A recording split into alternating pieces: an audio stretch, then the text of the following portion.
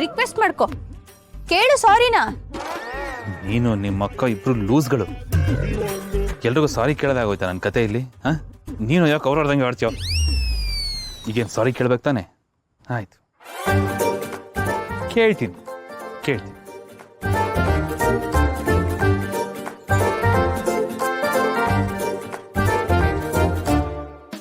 Hi darling, ನಮಸ್ಕಾರ.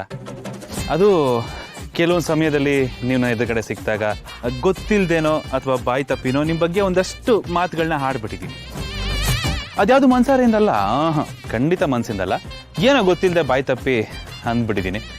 So ದಯವಿಟ್ಟು ಈಗ ನನ್ನ ರಿಕ್ವೆಸ್ಟ್ ಏನು ಅಂದರೆ, ಆ ಎಲ್ಲ ಮಾತುಗಳನ್ನ ಈ ಕಡೆ ಇಂಡಿಕೇಟ್ರಿಂದ ಕೇಳಿ ಈ ಕಡೆ ಇಂಡಿಕೇಟ್ರಿಂದ ಬಿಡಬೇಕಾಗಿ ವಿನಂತಿ. ಅಂದಿರೋ ಮಾತುಗಳನ್ನ ಯಾವುದನ್ನು ಇಂಜಿನಲ್ಲಿ ಇಟ್ಕೊಳ್ಳದೆ ದಯವಿಟ್ಟು ಅದು ದೊಡ್ಡ ಮನ್ಸು ಮಾಡಿ ಅದನ್ನ ಪೆಟ್ರೋಲ್ ಟ್ಯಾಂಕ್ ಒಳಗಡೆ ಹಾಕೊಂಡು ಹಾಗೆ ಸರಾಗವಾಗಿ ಅದನ್ನ ಹೊರಗಡೆ ಹಾಕ್ಬಿಡ್ಬೇಕು ಅಂತ ನನ್ನ ರಿಕ್ವೆಸ್ಟು. ತುಂಬ ಅಂದ್ಬಿಟ್ಟಿದ್ದೀನಿ, ಬರೀ ಹಿಂಗೆ ಸಾರಿ ಕೇಳಿದ್ರಾಗಲ್ಲ, ಮಾಡ್ತೀನಿ. ದಯವಿಟ್ಟು ದಯಮಾಡಿ ನನ್ನ ತಪ್ಪನ್ನೆಲ್ಲ ಕ್ಷಮಿಸಮ್ಮ. I am really sorry. Okay, ತಥಾಸ್ತು. ಏಯ್, ಮಾತಾಡ್ತೀಯ ನೀನು?